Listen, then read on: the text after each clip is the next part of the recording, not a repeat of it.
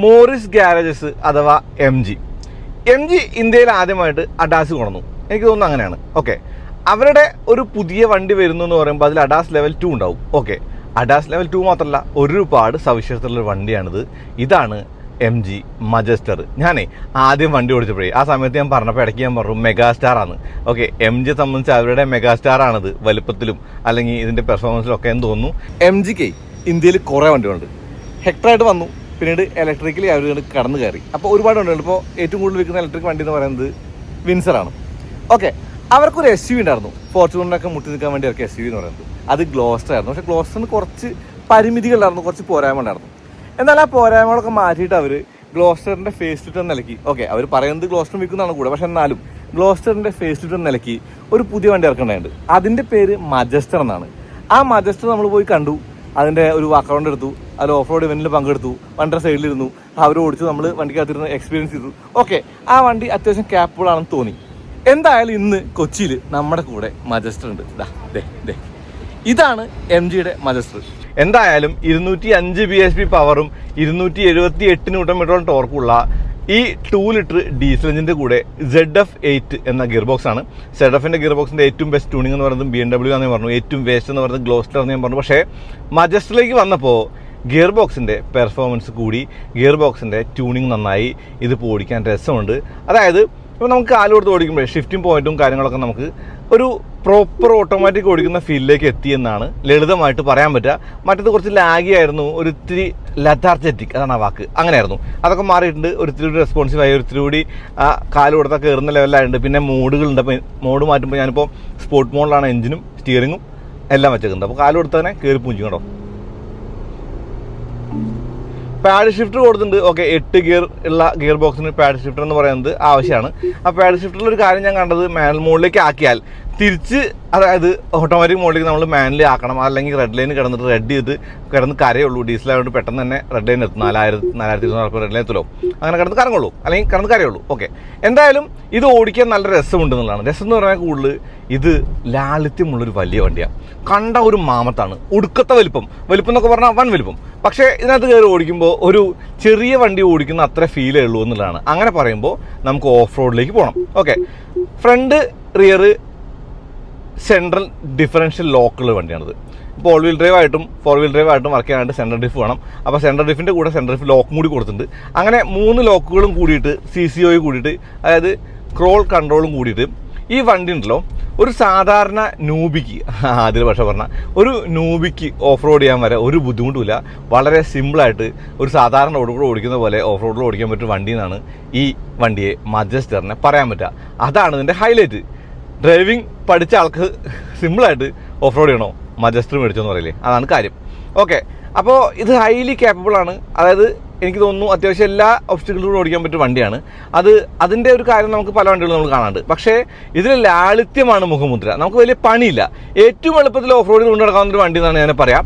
അങ്ങനെ പറയുമ്പോൾ ഞാനൊക്കെ എനിക്ക് വെറൈറ്റിയൊക്കെ ഉണ്ട്, എനിക്ക് ചെരിയെന്നൊക്കെ പേടിയാണ്. പക്ഷേ ഈ വണ്ടിയിൽ ഞാൻ ആ ഒരു കോഴ്സിൽ, ഇവിടെ MG ഒരു കോഴ്സ് ഉണ്ടാക്കിയിരുന്നു കൊച്ചിയിൽ, ആ ഒരു കോഴ്സിൽ ഓഫ് റോഡ് എടുത്തപ്പോൾ എനിക്ക് യാതൊരുവിധ അലോസരങ്ങളും തോന്നിയില്ല, യാതൊരുവിധ വിഷമം തോന്നില്ല, യാതൊരുവിധ വെർട്ടിഗോ ഫീലും തോന്നില്ല. അതായത് വളരെ സിമ്പിളായിട്ട് നമുക്ക് ആ ഒരു ഒബ്സ്റ്റക്കിൾസിലൂടെ ഓടിക്കാൻ പറ്റും. അപ്പോൾ എനിക്ക് തോന്നുന്നു പുതുതായിട്ട് ഓഫ് റോഡ് ചെയ്യാൻ തുടങ്ങുന്ന ഒരാൾക്ക് പറ്റിയ വണ്ടിയാണിത്.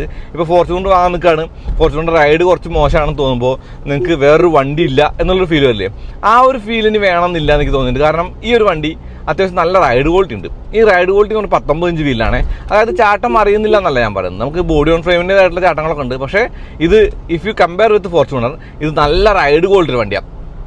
അപ്പോൾ ബേസിക് ഓഫ് റോഡിംഗ് അല്ല, ഒരു ഇത്തിരി കൂടി അഡ്വാൻസ്ഡ് ആയിട്ടുള്ള ഓഫ് റോഡിങ് സിമ്പിളായിട്ട് ചെയ്യാൻ പറ്റിയ വണ്ടിക്ക് എനിക്ക് തോന്നുന്നു നല്ല റൈഡ് ക്വാളിറ്റി കൂടി ആകുമ്പോൾ അത് ആളുകളെ ആകർഷിക്കാൻ പര്യാപ്തമാണ്. അതാണ് ഈ ഒരു മജസ്റ്ററിൻ്റെ ഒരു യുണീക്ക് സെല്ലിംഗ് പോയിന്റ് എന്നുള്ളതാണ്. ഓക്കെ, ഇതിന് 6-7 സീറ്റ് ഉണ്ട്. ഇത് സാവി എന്ന് പറഞ്ഞാൽ 4x4 മോഡലാണ്, ടോപ്പ് എൻഡ് മോഡലാണ്. ഇതിൻ്റെ ഒരു കാര്യം എന്ന് പറയുമ്പോൾ ഇതിന് ഏറെക്കുറെ 44 ലക്ഷം രൂപയോളമാണ് എക്സ്ഷോറൂം പ്രൈസ് വരുന്നത്. ബാക്കി വില നിങ്ങൾ കണക്ക് കൂടിക്കോ. അപ്പോൾ ആ ഒരു വിലയ്ക്കുള്ള വണ്ടി ഉണ്ടോയെന്ന് വെച്ചാൽ ഇപ്പോൾ ഫോർച്യൂണറുടെ വില നമുക്കറിയാം, ലെജൻഡറിൻ്റെ വില നമുക്കറിയാം. അങ്ങനെ നോക്കുമ്പോൾ ഈ വണ്ടി ഈ ഒരു വിലയ്ക്ക് ഇത്രയും ഫീച്ചേഴ്സൊക്കെ വെച്ചിട്ട് വർത്താണ് എന്നൊരു തോന്നൽ എനിക്കുണ്ട്. ഒന്നാമത്തെ കാര്യം റൈഡ് ക്വാളിറ്റി, രണ്ടാമത്തെ കാര്യം അതിൻ്റെ ആ ഒരു ടെക്ക് എന്ന് പറയുമ്പോൾ ഞാൻ അഡാസ് ലെവൽ 2 മാറ്റിയെടുത്താണ്. അതൊക്കെ ഓക്കെ, അത് MGയിലകത്ത് എന്തായാലും ഉണ്ടാവും. പക്ഷേ ഈ ഫ്രണ്ട് റിയർ സെൻട്രൽ ഡിഫ് ലോക്കുകൾ, CCO എന്ന് പറയുമ്പോൾ പറയാമല്ലോ, അതുപോലെ ഓൺ ദ ഫ്ലൈ നമുക്ക് ഡിഫ് ലോക്ക് ഓൺ ചെയ്യാനും ഓഫ് ചെയ്യാനും പറ്റുന്നുണ്ട്. അതൊക്കെ കാര്യമായിട്ട് കാണാവുന്ന കാരണം CCO എന്ന് പറയുമ്പോൾ CCO ക്ലവറാണ്. ഇപ്പോൾ CCO നമ്മൾ ഇട്ട് കഴിയുമ്പോഴേ നമുക്ക് സ്പീഡ് കുറച്ച് കൂട്ടാൻ തോന്നിയാൽ വെറുതെ ഒന്ന് ടാപ്പ് ചെയ്താൽ അടുത്ത ഗിയറിലേക്ക് സെക്കൻഡിലേക്ക് മാറി ഒത്തിരി ഒരു സ്പീഡിൽ പോകും. പിന്നെ ബ്രേക്ക് ചെയ്താൽ അത് വീണ്ടും ഒന്നിലേക്ക് വരും. അത് ഭയങ്കര ക്ലവറായിട്ട് തോന്നി. അപ്പോൾ എനിക്ക് തോന്നുന്നു ആവശ്യമുള്ള ഒബ്സ്റ്റക്കിൾസൊക്കെ കവർ ചെയ്യാനായിട്ട് ഏറെക്കുറെ അത് മതി. ആ ഒരു CCO യൂസ് ചെയ്താൽ നമുക്ക് പ്രത്യേകിച്ച് ഒന്നും ചെയ്യാനില്ലാതെ വെറുതെ സ്റ്റിയറിംഗ് മാത്രം പിടിച്ചുകൊണ്ട് ഈ വണ്ടീനെ ഒരുവിധം ഒബ്സ്റ്റക്കിൾസിലൂടെയൊക്കെ കൊണ്ടു നടക്കാമെന്നുള്ളതാണ് ഞാൻ നേരത്തെ പറഞ്ഞ ഓഫ് റോഡിലെ ലാളിത്യം എന്ന് പറയുന്നത്. അതുകൂടാതെ ഓൺ റോഡിൽ ഓടിക്കുമ്പോൾ റൈഡ് ക്വാളിറ്റിയും പിന്നെ ഈ ഒരു ഫൺ ഫാക്ടർ എന്ന് പറയുമ്പോൾ വലിയ വണ്ടി കേട്ടോ. അപ്പോൾ നമ്മൾ പോകണം ആ ഒരു ഇഗ്നിസ് പോകുന്നുണ്ട്. അപ്പോൾ ഞാനിങ്ങനെ പോയിട്ട് ഒന്ന് ഹോൺ അടിക്കും. ഹോൺ അടിച്ച് കഴിഞ്ഞാൽ ഒരു ലെഫ്റ്റിലേക്ക് മാറും. അത് ഈ വണ്ടിയെ കണ്ട് പിടിച്ചിട്ടാണ്, അത് എൻ്റെ കേമത്തം കൊണ്ടല്ല. അപ്പോൾ നമുക്കിങ്ങനെ കാലോടത്ത് കയറി പോവും ചെയ്യാം. അതായത് നല്ല റോഡ് പ്രസൻസ് ഉള്ളൊരു വണ്ടിയാണ് ഈ ഒരു മജസ്റ്റർ എന്നുള്ളതാണ്. വീണ്ടും മെഗാസ്റ്റാർ അല്ല, മജസ്റ്റർ എന്നുള്ളതാണ്. അപ്പോൾ ഗ്ലോസ്റ്റർ മജസ്റ്റർ ആയപ്പോൾ എനിക്ക് തോന്നുന്നു അതിൽ ഏറ്റവും മെച്ചപ്പെട്ട കാര്യം എന്ന് പറയുന്നത് ഗിയർ ബോക്സിൻ്റെ ട്യൂണിംഗ് ആണ്. രണ്ടാമത്തെ കാര്യം പറയുന്നത് ഈ ഓഫ് റോഡ് ടെക്കാണ്. മൂന്നാമത്തെ കാര്യം എന്ന് പറഞ്ഞാൽ അഡാസ് ലെവൽ 2 ആണ്. നാലാമത്തെ കാര്യം എന്ന് പറഞ്ഞാൽ റൈഡ് ക്വാളിറ്റിയാണ്. ബ്രേക്ക് ചവിട്ടുമ്പോഴേ ഒരു ഇത്തിരി സ്പോഞ്ചി ഫീലിംഗ് തോന്നി. പക്ഷേ ബ്രേക്ക് ഷുവർ സ്ലോട്ടറാണ്, വണ്ടി നിൽക്കുന്നുണ്ട്. അതായത് നമുക്ക് ചവിട്ടുമ്പോൾ വണ്ടി നിൽക്കുന്നുണ്ട്. 4 വീല് ഡിസ്ക് ബ്രേക്കുകളുണ്ട്. അപ്പോൾ എനിക്ക് ബ്രേക്കിന് കുറ്റമൊന്നും പറയില്ല. പക്ഷേ ഒരു ഇത്തിരി സ്പോഞ്ചി ഫീലിംഗ് ആ ഒരു പെഡലിന് തോന്നി. പെഡലിന് ട്രാവലും കുറച്ച് കൂടുതലായിട്ട് തോന്നി. അതാണ് അതിൻ്റെ ഒരു കാര്യം. പിന്നെ ഇതിന് 360 ക്യാമറ ഉണ്ട്. 360 ക്യാമറ നമുക്ക് എപ്പോഴും സഹായമാണ്, എസ്പെഷ്യലി ഓഫ് റോഡിൽ. അപ്പോൾ ബേഡ് ഐ വ്യൂ ഒക്കെ ഉണ്ട്, നല്ല കാര്യങ്ങളൊക്കെ ഉണ്ട്. സ്റ്റിയറിംഗ് ലൈറ്റാണ്. സ്റ്റിയറിംഗ് ലൈറ്റാന്ന് പറയുമ്പോഴും നമുക്ക് സ്റ്റിയറിങ്ങിനുണ്ട് 3 സെറ്റിങ്സ്, സ്പോർട്ട്, നോർമൽ എന്നൊക്കെ പറഞ്ഞിട്ട്. അപ്പോൾ ആ ഒരു സെറ്റിങ്സ് ഇട്ട് ആ സ്റ്റിയറിങ്ങിൻ്റെ ഒരു പെർഫോമൻസും മാറുന്നുണ്ട്. പിന്നെ എഞ്ചിൻ്റെ ഒരു പെർഫോമൻസ് എന്ന് പറയുന്നത്, ആ ഒരു അലർച്ച എന്ന് പറയുന്നത്, അത് ഒരു ഗ്രോളാണ് എഞ്ചിൻ്റെ. 475 ന്യൂട്ടൺ മീറ്റർ ടോർക്ക് ഇതാ കൊണ്ടുപോയിക്കോ എന്ന് പറഞ്ഞിട്ട് കൊടുത്തിരുന്ന ആ ഒരു കാര്യമുണ്ടല്ലോ, അതെനിക്ക് ഭയങ്കരമായിട്ട് അഡിക്റ്റീവായിട്ട് തോന്നി. അങ്ങനെ ചവിട്ടി കുത്തി ഓടിച്ച് ഓഫ് റോഡൊക്കെ ചെയ്ത് വരുമ്പോൾ നോക്കി 8.3 kmpl മൈലേജും ഉണ്ട്. അതായത് ഒരു വലിയ വണ്ടി എന്ന് പറയുന്ന നിലയ്ക്ക് എനിക്ക് തോന്നുന്നു ഒരു ഫോർച്യൂണർ വാങ്ങാൻ നിൽക്കുന്ന ആൾ അല്ലെങ്കിൽ ഒരു SUV നോക്കുന്ന ആൾ ഒരു വലിയ വണ്ടി വേണം. അവർക്ക് കണ്ണും പൂട്ടി പോയി മേടിക്കാവുന്ന നിലയ്ക്ക് ഈ ഒരു വണ്ടി ആയെന്ന് വെച്ചാൽ അങ്ങനെയല്ല ഞാൻ പറയുന്നത്. നിങ്ങൾ ഗ്ലോസ്റ്റർ ഓടിച്ചിട്ടുണ്ടെങ്കിൽ, നിങ്ങൾ ഗ്ലോസ്റ്റർ ഒരു ബെഞ്ച് മാർക്ക് വെച്ചിട്ടുണ്ടെങ്കിൽ, ആ ഒരു ഗ്ലോസ്റ്ററിൻ്റെ ഏറ്റവും ബെസ്റ്റായിട്ട് നമുക്ക് ആഗ്രഹിച്ചിരുന്നൊരു രൂപമുണ്ടല്ലോ, അല്ലെങ്കിൽ ആഗ്രഹിച്ചിരുന്ന ഒരു സ്വഭാവം ഉണ്ടല്ലോ, അത് നമുക്ക് ഈ ഒരു വണ്ടിക്ക് കിട്ടുന്നുണ്ടെന്ന് ലളിതമായിട്ട് പറയാം. പിന്നെ പറയേണ്ട കാര്യം എന്ന് പറയുന്നത്, എനിക്കൊരു ചെറിയ ഒരു സാമ്യം ഈ വണ്ടി എൻഡോറുമായിട്ട് തോന്നി. അതായത് നമ്മൾ ആ ഒരു റൈഡ് ക്വാളിറ്റിയിലും അതുപോലെ ഓടിക്കുമ്പോൾ ആ ഒരു ഗിയർ ഷിഫ്റ്റിൻ്റെ ഒരു പാറ്റേണിലൊക്കെ നമുക്ക് എൻഡോർ ആയിട്ടുള്ളൊരു സാമ്യം നമുക്ക് തോന്നും. എൻഡോർ ഇഷ്ടപ്പെട്ടവർക്ക് ഈ വണ്ടി ഇഷ്ടപ്പെടുമെന്ന് എനിക്ക് തോന്നുന്നത്. എന്ന് വെച്ചാൽ പ്രോപ്പർലി ഒരു എൻഡോർ ആണെന്നോ അല്ലെങ്കിൽ അത്രയും ഒരു റൈഡ് ക്വാളിറ്റിയുടെ അല്ലെങ്കിൽ അത്രയും ഒരു ഹാൻഡ്ലിങ്ങിൻ്റെ കാര്യം എന്നല്ല ഞാൻ പറയുന്നത്. ഒരു ചെറിയ തോന്നൽ, ഓക്കെ ഇതിനൊരു എൻഡവർ സ്വഭാവമുണ്ടല്ലോ എന്ന് തോന്നലേക്ക് ഉണ്ടാക്കിയിട്ടുണ്ട്. അപ്പോൾ ഇതിൻ്റെ ദോഷമായിട്ട് എനിക്ക് തോന്നിയ കാര്യം എന്ന് പറയുന്നത്, ഇപ്പോൾ വെന്റിലേറ്റർ സീറ്റ് സ്വിച്ച് ആണെങ്കിലും അല്ലെങ്കിൽ അങ്ങനെയുള്ള കാര്യങ്ങളൊക്കെ സ്ക്രീനില്ല. ഈ 12.3 ഇഞ്ച് സ്ക്രീനും ക്ലസ്റ്റർ എന്ന് പറയുന്നത്, ക്ലസ്റ്ററിനകത്ത് അത്യാവശ്യം വേണ്ട കാര്യങ്ങളൊക്കെ ഉണ്ട്, സ്ക്രീനിനകത്ത് അത്യാവശ്യം വേണ്ട കാര്യങ്ങളുണ്ട്. 360 ക്യാമറ അല്ലെങ്കിൽ നമ്മുടെ ക്ലൈമട്രോണിക് AC കാര്യങ്ങളൊക്കെ അതിനകത്താണ്. അപ്പോൾ ഇതൊക്കെ നമുക്ക് ഉപയോഗിക്കുമ്പോൾ വെന്റിലേറ്റർ സീറ്റ് ഒന്ന് യൂസ് ചെയ്യണമെങ്കിൽ ഇവിടെ പ്രസ് ചെയ്ത് അവിടെ പോയി ഓണാക്കണം. അങ്ങനെയുള്ള കാര്യമുണ്ട്. 3 സോൺ AC ആണ്, 2 സോൺ മുന്നിലും 1 സോൺ പിന്നിലും 3 സോൺ AC ഉണ്ട്. അപ്പോൾ സിങ്ക് ചെയ്ത് വെച്ചിരിക്കാം. അപ്പോൾ അതൊരു ഇത്തിരി ബുദ്ധിമുട്ടായി തോന്നി. പിന്നെ ഇതിൻ്റെ മോഡ് ഞെക്കിയിട്ട് വേണം നമ്മൾ ആ ഒരു സ്റ്റിയറിംഗ് ഒക്കെ അഡ്ജസ്റ്റ് ചെയ്യണം. അപ്പോഴും ഒരു വണ്ടി ഒരു ഇത്തിരി ഹെസിറ്റേഷൻ കാണിച്ചു. അതൊക്കെ സ്ക്രീനിൻ്റെ അല്ലെങ്കിൽ ഒരു സോഫ്റ്റ്വെയർ ഗ്ലിച്ചായിട്ട് എനിക്ക് തോന്നിയത്. പക്ഷേ ഹാർഡ്വെയർ എന്ന നിലയ്ക്ക് വണ്ടി കൊള്ളാട്ടോ. അതായത് ഒരു SUV വാങ്ങാണ്. അപ്പോൾ നിങ്ങളോട് കാശ്മീർ പോകുന്നു, നിങ്ങൾക്ക് എവിടെയെങ്കിലും പോകുമ്പോൾ വണ്ടി കുടുങ്ങി തോന്നുന്നതാണ്. അപ്പോൾ നിങ്ങൾക്ക് എവിടെയെങ്കിലും കയറി പോകണമെങ്കിൽ ഈ സ്റ്റിയറിംഗ് മാത്രം പിടിച്ചാൽ CCO ഓണാക്കി കഴിഞ്ഞാൽ വണ്ടി വണ്ടർ കാര്യം കൊണ്ട് കയറി പോകും. അതുപോലെ 10 മോഡുകളുണ്ട്, ഓഫ് റോഡ് മോഡുകൾ, ടെറൈൻ മോഡുകൾ ഉണ്ടെന്നാണ് പറയുന്നത്. അപ്പോൾ 5ആണ് ഞാൻ കണക്കാക്കിയത്. 5x2, അതായത് ഹൈയും ലോയും ആയിരിക്കും. എന്തായാലും അങ്ങനെയുള്ള കാര്യങ്ങളുണ്ട്. ഇപ്പോൾ സെൻട്രൽ ഡിഫ് ലോക്ക് ചെയ്ത് കഴിയുമ്പോൾ 50-50 അങ്ങോട്ടും ഇങ്ങോട്ടും ഡിസ്ട്രിബ്യൂഷനായി. പിന്നെ റിയറും കൂടിയും അല്ലെങ്കിൽ ഫ്രണ്ട് ലോക്ക് ചെയ്യേണ്ട കാര്യമില്ല, റിയർ ലോക്ക് ചെയ്താൽ തന്നെ അത്യാവശ്യം എല്ലാ ഓപ്ഷനുകളും കയറി പോകുന്നുണ്ട്. പിന്നെ ഫ്രണ്ട് കൂടി ലോക്ക് ചെയ്താൽ നമുക്ക് എല്ലാം കൂടി കയറി പോരാം. അതായത് വണ്ടി ഒരു ഹാർഡ് കോർ ഓഫ് റോഡ് ആയി കഴിഞ്ഞപ്പോൾ അതാണ് എൻ്റെ ഗുണം. സ്റ്റിയറിംഗ് ലൈറ്റാണ്, കൺട്രോൾസ് മുഴുവൻ ലൈറ്റാണ്. ഈവൻ ബ്രേക്ക് പെഡലൊക്കെ ആകെ ഇത്തിരി ഉള്ളൂ, ചെറിയ ഒരു കുഞ്ഞു പെഡലാണ്. ആ പെഡൽ ചവിട്ടിയുള്ള വണ്ടി ആ പെഡലിൻ്റെ ഒരു പ്രശ്നം കൂടി കാരണമായിരിക്കും ബ്രേക്കിന് എനിക്ക് തോന്നുന്നു അത്രയും ഒരു ആയിരിക്കില്ല. അത് ബ്രേക്കിൻ്റെ ഒരു ട്രാവലും സ്പോഞ്ചി ഫീലും തോന്നുന്നുണ്ട്, എന്താ എനിക്കറിയില്ല. പിന്നെ ഈ വണ്ടിക്ക് ഒരുപാട് സവിശേഷതകളുണ്ട്. സവിശേഷതകൾ സമ്പന്നമാണ്. ഇപ്പോൾ ഫോർവേഡ് കൊളിഷൻ വാണിംഗ് പോലുള്ള അല്ലെങ്കിൽ അഡാസ് ലെവൽ 2ൻ്റെ ബ്ലൈൻഡ് സ്പോട്ട് മോണിറ്റർ പോലുള്ള അങ്ങനെ കുറേ അധികം കാര്യങ്ങളുണ്ട്. ഈ കാര്യങ്ങളെക്കാളൊക്കെ കൂടുതൽ ഇഷ്ടപ്പെടുന്നതിൻ്റെ ഹാർഡ്വെയർ ആണ്.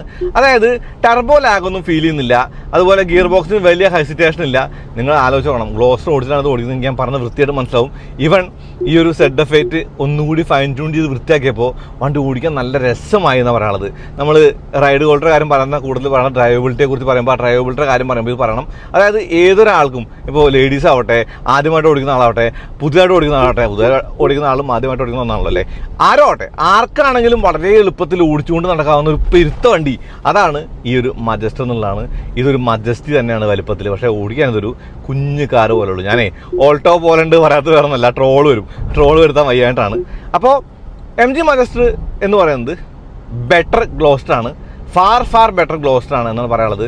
ഇപ്പോൾ ഫോർച്യൂണറിനേക്കാൾ റൈഡ് ക്വാളിറ്റി ഉണ്ട്, അതെനിക്ക് പറയേണ്ടി വരും. പിന്നെ ഓഫ് റോഡ് കാപ്പബിലിറ്റി എന്ന് പറയുന്നത് എനിക്ക് തോന്നുന്നു നമുക്ക് ഈ ഒരു ടെക്കൊക്കെ വെച്ചിട്ട് അത്യാവശ്യം നന്നായിട്ട് ഓഫ് റോഡ് ചെയ്യാൻ പറ്റുന്നുണ്ട്. പക്ഷേ ആ ഓഫ് റോഡ് ചെയ്യാൻ പറ്റുന്നതിനാൽ കൂടുതൽ എൻ്റെ ഒരു പോയിന്റ് എന്ന് പറയുന്നത് ഏതൊരാൾക്കും ഓഫ് റോഡ് ചെയ്യാമെന്നുള്ളതാണ്. ഓക്കെ, അപ്പോൾ സ്റ്റിയറിംഗ് ഞാൻ പറഞ്ഞു, ബ്രേക്സ് ഞാൻ പറഞ്ഞു, ഗിയർ ബോക്സിൻ്റെ കാര്യം ഞാൻ പറഞ്ഞു, ഷിഫ്റ്റ് പോയിന്റ് ഒക്കെ ഞാൻ പറഞ്ഞു. കേട്ടോ, ഇപ്പോൾ ഡൗൺ ചെയ്തതിന് M5, M4, M3 കണ്ടാ ഗ്രോള് ഉണ്ട് എഞ്ചിൻ്റെ ആ ഒരു ഗ്രോള് ഞാൻ ഓട്ടോയ്ക്കാണ്. ഇൻഡിക്കേറ്റർ 2 ഓട്ടോയ്ക്കാണ്. കണ്ടാ റെഡ് ലൈന് ഹോൾഡ് ചെയ്താൽ നിൽക്കുകയാണ്, ഇത് അങ്ങോട്ട് റെഡ് മിന്നി തുടങ്ങും. അപ്പോൾ നമ്മൾ ഞെക്കി പിടിച്ച് വീണ്ടും ഡ്രൈവ് ആക്കണം. ഓക്കെ, അത് ഇതിൻ്റെ ഒരു സ്വഭാവമായിട്ട് പറയാം. അപ്പോൾ എന്താ നിങ്ങളൊരു വണ്ടി വാങ്ങുമ്പോൾ നോക്കുക, ഒന്ന് റൈഡ് ക്വാളിറ്റിയാണ് ചെക്ക്, ഒന്ന് എഞ്ചിൻ്റെ ഡ്രൈവബിലിറ്റിയാണ് ചെക്ക്, ഒന്ന് ഗിയർ ബോക്സ് ആണ് ചെക്ക്, പിന്നെ ബ്രേക്സ് ചെക്ക്, പിന്നെ ഇതിൻ്റെ സ്ഥല സൗകര്യം അല്ലെങ്കിൽ ഇതിൻ്റെ വാക്കറൗണ്ടും കാര്യങ്ങളൊക്കെ ഞാൻ വൃത്തിയായിട്ട് പറഞ്ഞുകൊണ്ട് ഞാൻ വീണ്ടും അതിലേക്ക് പോകുന്നില്ല. അതിൻ്റെ ലിങ്ക് ഞാൻ ഐ ബട്ടണിൽ കൊടുക്കാം, കാരണം ഒരേ കാര്യം വീണ്ടും പറയേണ്ട കാര്യമില്ലല്ലോ.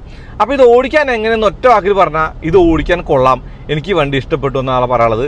അതായത് ഒരു എക്സൈറ്റിംഗ് ആയിട്ടുള്ള വണ്ടിയല്ല. 215 HP എന്ന് പറയുന്നത് 215 ഓക്കെ, ആ ഒരു HP എന്ന് പറയുന്നത് ഈ മാമത്തായിട്ടുള്ള വണ്ടിയെ വലിച്ചു കയറ്റി കൊണ്ടുപോകാനായിട്ട് അത്യാവശ്യം ശ്രമം നടക്കുന്നുണ്ട്.